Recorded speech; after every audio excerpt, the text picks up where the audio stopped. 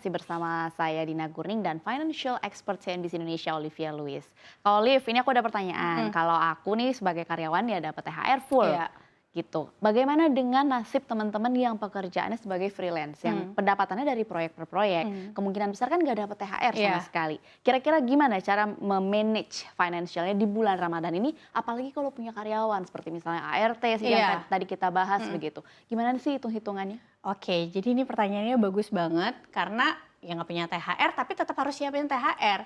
Kalau aku dulu, karena aku pernah di kondisi itu juga ya, biasanya aku sudah hitung pengeluaran di bulan Ramadannya itu berapa. Jadi hitung semua tuh, gaji ART, terus juga misalnya untuk masak berapa, untuk kirim ke orang tua berapa, untuk beli baju anak-anak berapa. Katakanlah, let's say, keluarnya di bulan Ramadan itu 10 juta ya. Nah, biasanya kalau freelancer itu kan naik turun pendapatannya, bener nggak? Range, nggak pasti gitu ya.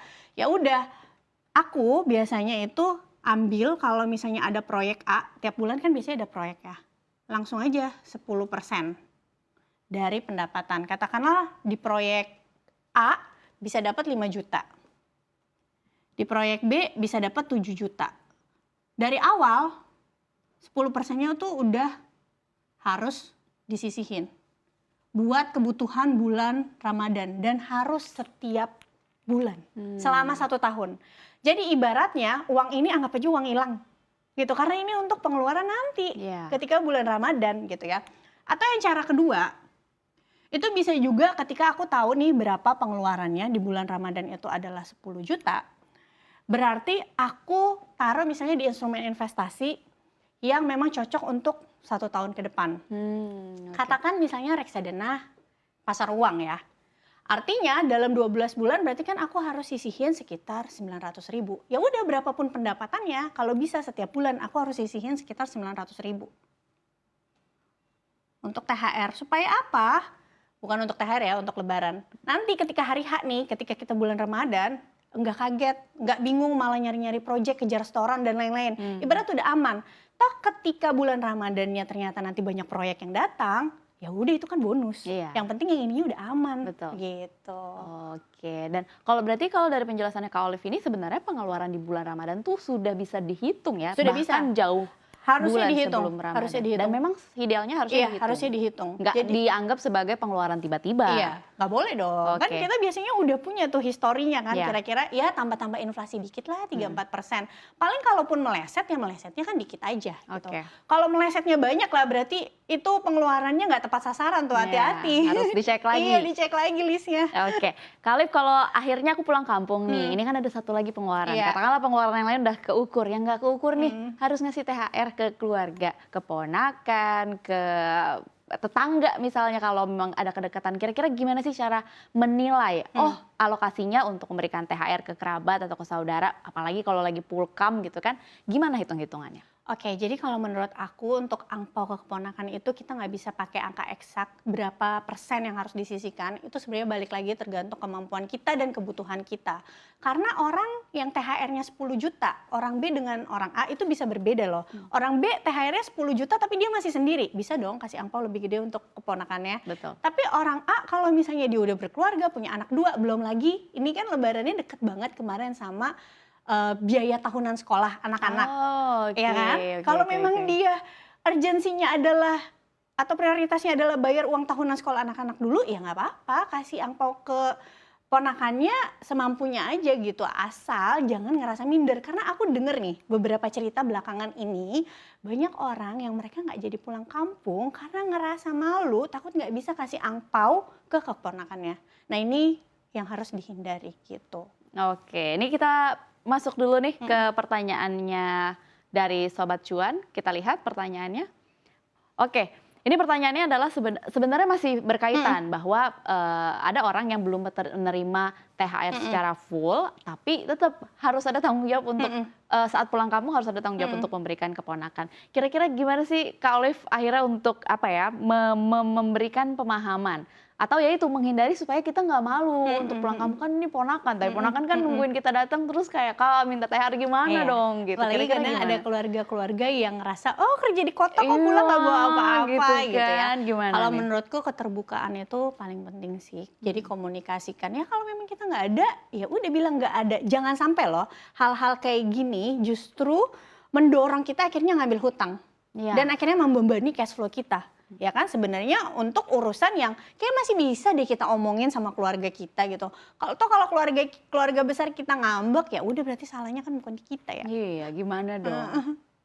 Iya, iya. Jadi Betul, ya betul. menurutku komunikasiin aja, harus terbuka. Nggak bisa kalau misalnya kita paksain, misalnya sampai berhutang, itu bahaya. Kecuali misalnya punya dana darurat ya. Iya. Oke, ini lagi ada dana darurat, nggak apa-apa deh ambil dulu sementara. Tapi jangan lupa nanti bentar lagi gajian kan, Iya. harus dibalikin loh. Oke, harus segera langsung ditutup. Iya, artinya apa? Ketika gajian setelah lebaran ini dan bulan-bulan berikutnya, harus tahan diri untuk misalnya pergi nonton dan lain-lain. Karena harus balik ini duit dana daruratnya yang Iya. kemarin kepake untuk baik misalnya ngasih angpau di kampung halaman. Oke, ini tipsnya berguna banget sih. Aku akan menerapkannya sepertinya. Nah, bagi Sobat Cuan yang baru bergabung di Invest Time tapi nggak mau ketinggalan nih soal informasi soal mengelola THR dengan cara yang tepat, Olivia Lewis akan memaparkannya untuk Anda. Silakan, Kak Olive.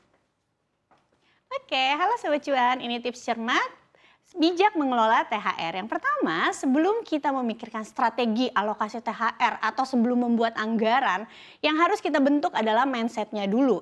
Bahwa THR ini seperti bonus yang sebenarnya bisa kita manfaatkan untuk mempercepat pencapaian tujuan keuangan. Kalau kita mau cepat mencapai tujuan keuangan, maka kita harus bisa mengendalikan diri. Seperti mengendalikan diri dari keinginan belanja baju lebaran dan perintilannya secara berlebihan, bukber terlalu sering, serta menahan diri dari tidak membagikan hamper secara berlebihan. Yang kedua, kita harus punya mental di mana ketika dapat uang langsung sisihkan untuk mencapai tujuan keuangan. Apakah itu melunasi hutang lebih cepat, memenuhi dana darurat, atau investasi jangka panjang. Lalu setelah mindsetnya sudah terbentuk, baru deh buat budgeting plan di sisa bulan Ramadan ini, terutama untuk hari raya. Catat apa saja rencana pengeluarannya dan berapa nominalnya.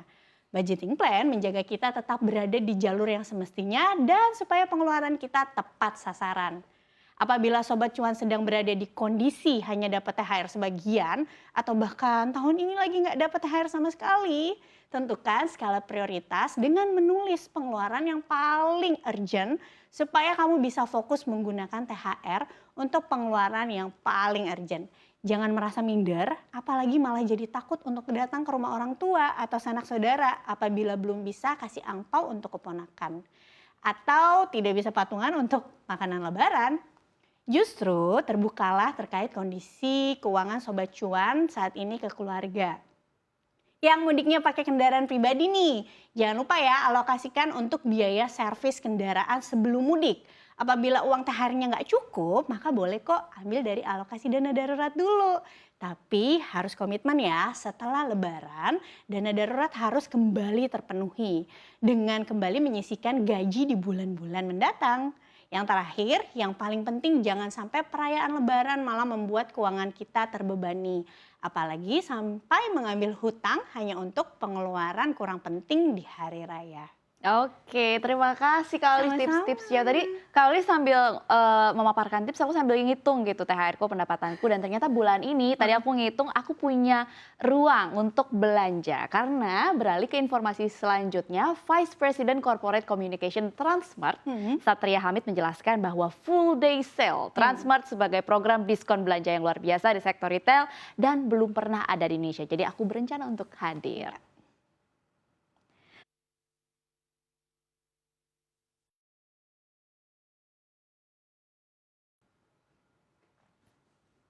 Satria mengatakan full day sale berbeda dengan midnight sale yang digelar sebelumnya. Masyarakat dapat berbelanja di Transmart dengan diskon 20% untuk semua produk di seluruh gerai Transmart se-Indonesia dari pagi hingga malam. Pengguna kartu kredit Bank Mega, kartu kredit Bank Mega Syariah dan juga aplikasi Alobank berkesempatan untuk mendapatkan diskon tambahan sebesar 20%. Kita berbuat ini untuk Indonesia juga kami harapkan dapat meningkatkan daya beli, selain juga bisa menekan laju-laju inflasi di daerah-daerah tentunya. Jadi kami harapkan kegiatan positif ini dapat diterima oleh seluruh masyarakat, dan jangan lupa catat tanggalnya hari Sabtu 15 April 2023 di seluruh outlet Transmart di Indonesia. Mari kita berbagi kebahagiaan, berbagi kesenangan bersama semua keluarga, berbelanja di Transmart. Terima kasih Kak Olive sudah berbagi Sama-sama. insight-nya, bahkan dihitung begitu ya, gimana sih cara mengeluarkan THR dengan bijak.